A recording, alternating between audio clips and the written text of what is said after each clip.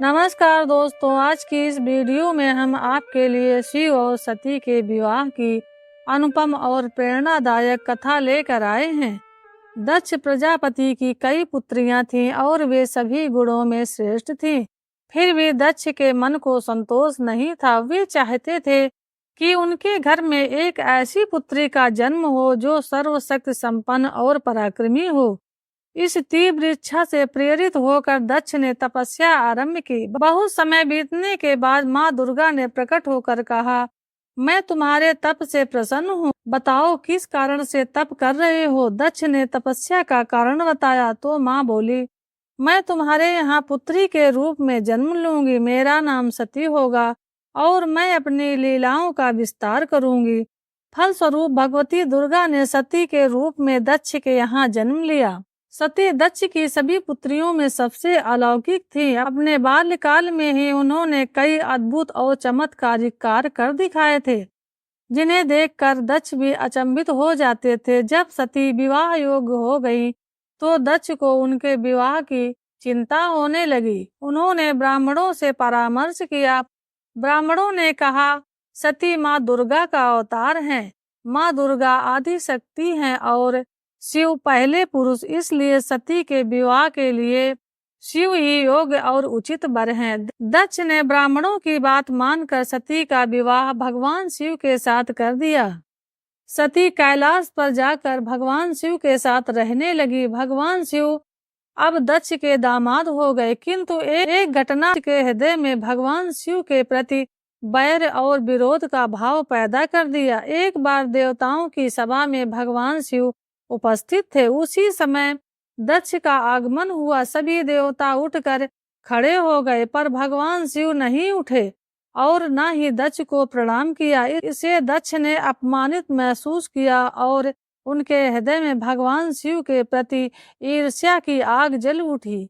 वे उनसे बदला लेने का अवसर ढूंढने लगे। एक बार सती और शिव कैलाश पर्वत पर बैठे हुए वार्तालाप कर रहे थे। उसी समय आकाश मार्ग से कई विमान कनखल की ओर जाते हुए दिखाई पड़े। सती ने भगवान शिव से पूछा, प्रभु ये सभी विमान किसके हैं और कहाँ जा रहे हैं। भगवान शिव ने उत्तर दिया, आपके पिता ने बहुत बड़े यज्ञ का आयोजन किया है। समस्त देवता और देवांगनाएं इन विमानों में बैठकर उसी यज्ञ में सम्मिलित होने जा रहे हैं। सती ने पूछा, क्या मेरे पिता ने आपको यज्ञ में सम्मिलित होने के लिए नहीं बुलाया। भगवान शिव ने कहा, आपके पिता मुझसे बैर रखते हैं, इसलिए मुझे क्यों बुलाने लगे। सती ने सोचा और फिर बोली, यज्ञ के इस अवसर पर अवश्य मेरी सभी बहनें आएंगी। उनसे मिले हुए बहुत दिन हो गए। यदि आपकी अनुमति हो तो मैं भी अपने पिता के घर जाना चाहती हूँ। यज्ञ में सम्मिलित हो लूंगी और बहनों से भी मिलने का अवसर मिलेगा। भगवान शिव ने कहा, इस समय वहां जाना उचित नहीं होगा। आपके पिता मुझसे बैर रखते हैं। हो सकता है वह आपका भी अपमान करे। बिना बुलाए किसी के घर जाना उचित नहीं होता। सती ने उत्तर दिया, प्रभु ऐसा क्यों। भगवान शिव ने कहा, विवाहित लड़की को बिना बुलाए पिता के घर नहीं जाना चाहिए, क्योंकि विवाह हो जाने पर लड़की अपने पति की हो जाती है और पिता के घर से उसका नाता टूट जाता है। लेकिन सती पीहर जाने के लिए हट करती रही और अंततः भगवान शिव ने उन्हें अनुमति दे दी और उनके साथ अपना एक गण वीरभद्र भी भेज दिया। सती वीरभद्र के साथ अपने पिता के घर चली गई। वहां किसी ने उनसे प्रेम पूर्वक बात नहीं की। दक्ष ने उन्हें देखकर कहा, तुम क्या मेरा अपमान कराने आई हो। अपनी बहनों को देखो, वे किस प्रकार भांति भांति के अलंकारों और सुंदर वस्त्रों से सुसज्जित हैं। तुम्हारे शरीर पर मात्र बागांबर है और तुम्हारा पति शमशानवासी और भूतों का नायक है। दक्ष की बातों से सती के हृदय में पश्चाताप का सागर उमड़ पड़ा। उन्होंने सोचा, भगवान शिव ठीक कह रहे थे, बिना बुलाए पिता के घर नहीं जाना चाहिए। पर अब वे वहां आ चुकी थी। दक्ष के कठोर और अपमानजनक शब्द सुनकर भी सती मौन रही। वे यज्ञ मंडल में गई। जहाँ सभी देवता और ऋषि मुनि बैठे थे और यज्ञ कुंड में आहुतियां डाल रहे थे। सती ने यज्ञ मंडल में सभी देवताओं के भाग देखे पर भगवान शिव का भाग नहीं देखा। वे अपने पिता से बोली, पिताश्री, यज्ञ में सबके भाग दिखाई दे रहे हैं पर कैलाशपति का भाग नहीं है, आपने उनका भाग क्यों नहीं रखा?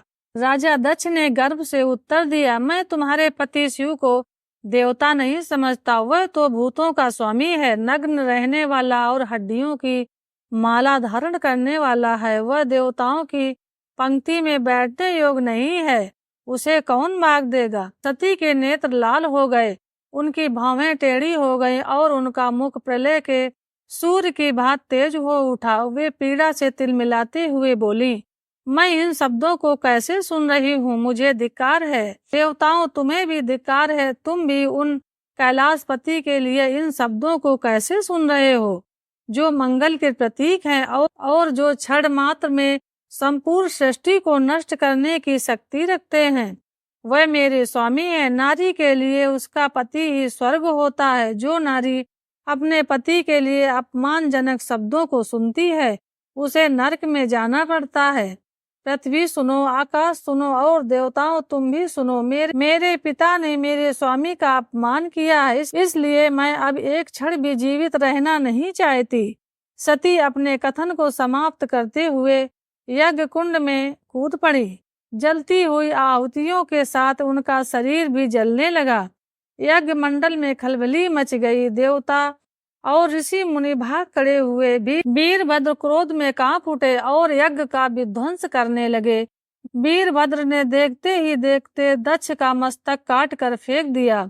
जब ये समाचार भगवान शिव को मिला, वे प्रचंड आंधी की भांति कनखल जा पहुंचे। सती के जले हुए शरीर को देखकर भगवान शिव व्याकुल हो गए। सती के प्रेम और शक्ति ने भगवान शिव को विचलित कर दिया, जिन्होंने काम पर भी विजय प्राप्त की थी और जो सारी सृष्टि को नष्ट करने की क्षमता रखते थे। भगवान शिव पागलों की भांति सती के जले हुए शरीर को कंधे पर उठाकर चारों दिशाओं में भ्रमण करने लगे। शिव और सती के इस अलौकिक प्रेम को देखकर पृथ्वी, हवा, जल और देवताओं की सांसें रुक गईं। सृष्टि के पालनहार भगवान विष्णु ने इस संकट को देखा और आगे बढ़े। उन्होंने भगवान शिव की बेसुधी में अपने चक्र से सती के एक एक अंग को काटकर 51 स्थानों में गिराया। जब सती के सारे अंग कटकर गिर गए तब भगवान शिव पुनः अपने आपे में आ गए और सृष्टि के सारे कार्य पुनः चलने लगे। धरती पर जिन 51 स्थानों में सती के अंग गिरे वे आज शक्तिपीठ के नाम से जाने जाते हैं। इन स्थानों में आज भी सती का पूजन और उपासना होती है। तो ये थी भगवान भोलेनाथ और माता सती के अनुपम विवाह की कथा। तो आपको हमारी ये वीडियो कैसी लगी कमेंट बॉक्स में जरूर बताएं। हमारे चैनल को सब्सक्राइब करें और बेल आइकन दबाना ना भूलें। Thank you.